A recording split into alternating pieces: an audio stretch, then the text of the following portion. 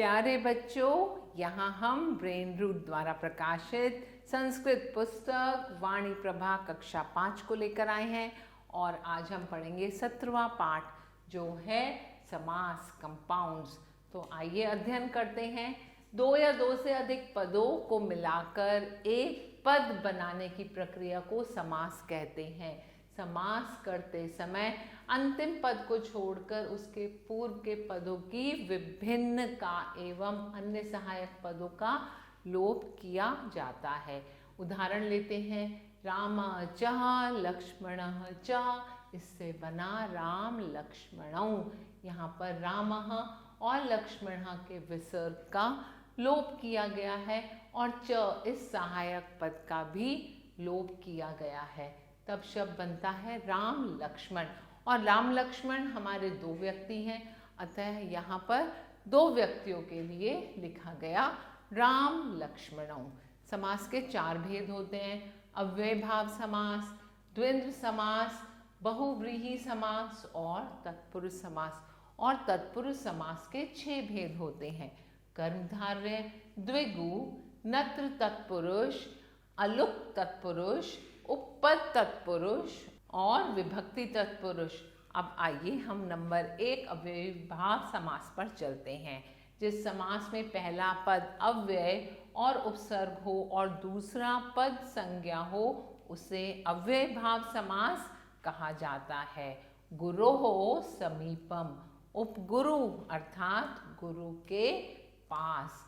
इसके आगे हम कुछ और उदाहरण लेकर आए हैं, जैसे यथाशक्ति आपका समस्त पद है, अर्थ हुआ शक्तिम अंतिकृत्य अर्थात शक्ति का अंतिकृत्य न करके। उपंगम गंगाया समीपम अर्थात गंगा के पास। उपकूलम कूलस्य समीपम अर्थात तट के पास। उपकृष्णम अर्थात कृष्णस्य समीपम कृष्ण के पास। और उपनदी नद्या समीपम अर्थात नदी के पास। और अनुरूपम अर्थात रूपस्य योग्यम रूप के योग्य। ये सभी अव्यय समास के उदाहरण हैं। कुछ और उदाहरण जैसे अनुत्तरम अर्थात रथस्य पश्चात रथ के पश्चात। सुद्विम अर्थात भद्राणाम समृद्धि और इसको बोलते हैं मद्रों की समृद्धि। प्रतिदिनम दिनम दिनम प्रति अर्थात दिनों दिन। और प्रत्येकम अर्थात एकम एकम प्रति अर्थात एक एक को। और निर्विघ्नम अर्थात विघ्न नाम अभावः विघ्नों का अभाव। अब हम आगे चलते हैं और लेकर आए दूसरा समास जो है द्वंद्व समास। जब दो या दो से अधिक पदों के बीच च आए तो समस्त पद में च का लोप हो जाता है, वह द्वंद्व समास बन जाता है। जैसे सूर्य च चंद्रः च तो बन गया सूर्य चंद्रौ। और इसके कुछ और उदाहरण हैं, जैसे समस्त पद हरि हरौ तो बना हरि च हर च, इसका मतलब हरि और हर। सुख दुखे सुखम च दुखा च सुख और दुख। हंसौ अर्थात हंसी च हंस च अर्थात हंस और हंसी। और भात्रौ अर्थात भागिनी च भ्राता च अर्थात भागिनी और भ्राता। माता पितरौ माता च पिता च बना माता और पिता।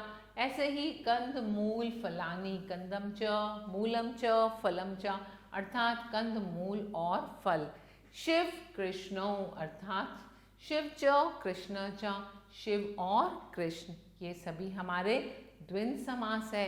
अब आते हैं हम तीसरे समाज बहुव्रीहि समाज पर।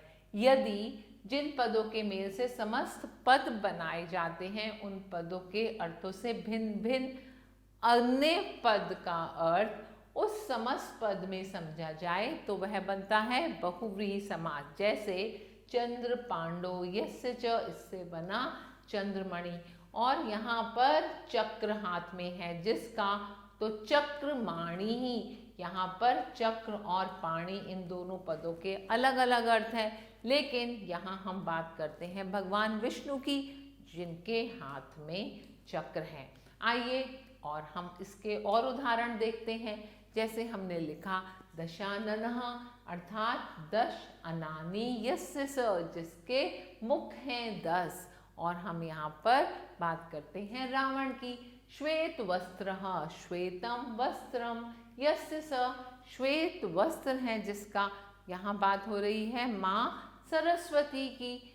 महात्मा, महान आत्मा यस्य स, जिसकी महान आत्मा है। दशमुखा अर्थात जिसके 10 मुख हैं वह।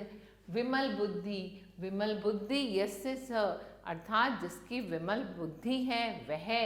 महाशयः, महान अश्यो यस्य सः, महान आशय है जिसका वह।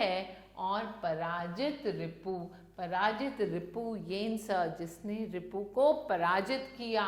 श्वेतांबरः, श्वेतम अंबर यस्य स, जिसका श्वेत अंबर है वह। अब आते हैं तत्पुरुष समास, चौथे समास पर। जिस समास के उत्तर पद अर्थात बाद में आने वाले शब्द की प्रधानता होती है वह तत्पुरुष समान बन जाता है। इस समास में प्रथम पद की विभक्ति का लोप होता है और जिस विभक्ति का लोप होता है वह तत्पुरुष उसी विभक्ति के नाम से जाना जाता है। जैसे देवस्य मंदिरम, देव मंदिरम। यहाँ प्रथम पद देवस्य है, इसमें षष्ठी विभक्ति है। समास करते समय षष्ठी विभक्ति का लोप कर दिया गया है, फिर देव के साथ मंदिरम को जोड़ दिया जाता है। इस प्रकार देव मंदिरम यह समस्त पद बनता है। यहाँ पर षष्ठी विभक्ति का लोप होने के कारण यह षष्ठी तत्पुरुष समास कहा जाता है। उदाहरण देखिए, गृह गतः अर्थात गृहम गतः, शरणागतः अर्थात शरणम आगतः, नरक पतितः अर्थात नरकम पतितः, शरणापन्नः अर्थात शरणम आपन्नः, सप्रदृश्यः अर्थात सप्रेण दृश्यः, असिचिन्नः सचिना छिन्नः, मातृ सदृशः माता सदृश अर्थात माता के समान, बाणहत अर्थात बाणेन हत बाण से हत किया हुआ, मारा हुआ, पाठशाला पाठाय शाला अर्थात पढ़ने के लिए शाला, पाकशाला अर्थात पाकाय शाला पाक के लिए शाला, पुत्र हितम पुत्राय हितम अर्थात पुत्र के लिए भलाई, धन लोभ अर्थात धनाय लोभ धन के लिए लोभ, चौर भयम चौराद भयम अर्थात चोर से भय, स्वर्ग पतितः अर्थात स्वर्गात पतितः स्वर्ग से गिरा हुआ। तो हमने यहाँ देखा कि ये सभी द्वितीय तत्पुरुष समास हैं, फिर ये हमें तृतीय तत्पुरुष समास मिले और ये हमारे पास चतुर्थ तत्पुरुष समास और अंत में हमने देखे पंचमी तत्पुरुष समास। इसके बाद आगे चलते हैं। यहाँ पर अश्वपतितः अश्वात पतितः, यहाँ अश्व से गिरा हुआ, ये पंचमी तत्पुरुष समास है। बंधन मुक्ति ही बंधनात् मुक्ति ही, बंधन से मुक्ति, हिमालयः हिमस्य आल्यः अर्थात हिम का आल्य, और विद्यालय अर्थात विद्या आल्य, तो हम उसको बोलेंगे विद्या का आल्य। देव आल्यः अर्थात देवस्य देवानाम आल्य देवता का आल्य, और राजपुरुषः अर्थात राज्ञः पुरुषः राजा का पुरुष। जलमग्नः अर्थात जले मग्न जल में डूबा हुआ। तो ये सभी आप देख रहे हैं षष्ठी विभक्ति का प्रयोग हो रहा है। सभा पंडितः अर्थात सभायाम पंडिता, सभा में पंडित। कर्म कुशलः कर्माणि कुशला अर्थात कर्म में कुशल, ये आ गए सप्तमी विभक्ति। और कार्य चतुरः अर्थात कार्य चतुरः कार्य में चतुर, तो जहाँ पर में आता है वे आ गए सब सप्तमी विभक्ति। अब तत्पुरुष समास के अन्य भेद देखते हैं।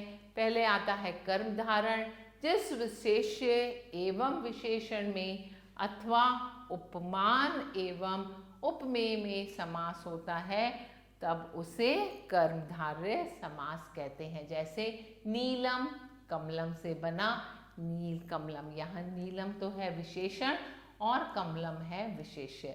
ऐसे ही धन ईव श्यामः से बना, घन श्यामः। घन का अर्थ होता है उपमान, जिसकी तुलना की जाए, और श्यामः मतलब यहाँ पर श्याम उपमेय हो गया, जिसकी तुलना की जाए। ठीक है, तो इससे बना घन श्यामः। अब आगे चलते हैं हम, और यहाँ पर हम आपके लिए अन्य उदाहरण लेकर आए हैं। जैसे कमल मुखम अर्थात कमलम एव मुखम, कमल के समान मुख यह है कर्मधारय समास। ऐसे ही पुरुष व्याघ्र, पुरुष व्याघ्र एव व्याघ्र के समान मुर उसका मुख है। महाराजा अर्थात महान च असो राजा, महान राजा की बात हो रही है यहाँ पर।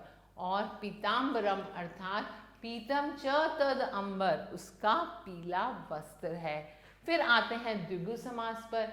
यदि कर्मधारय समास का पहला पद संख्यावाचक हो तो उसे द्विगु समास कहते हैं। जैसे त्रियाणाम भुवनानाम महाहारः, इसको बोलते हैं त्रिभुवनम, अर्थात यह है आपका संख्यावाचक पद। इसके और उदाहरण देखते हैं। जैसे पत्र पात्रम, पच्चानाम पंत्राणाम महाहारम, 5 पत्रों का समाहार।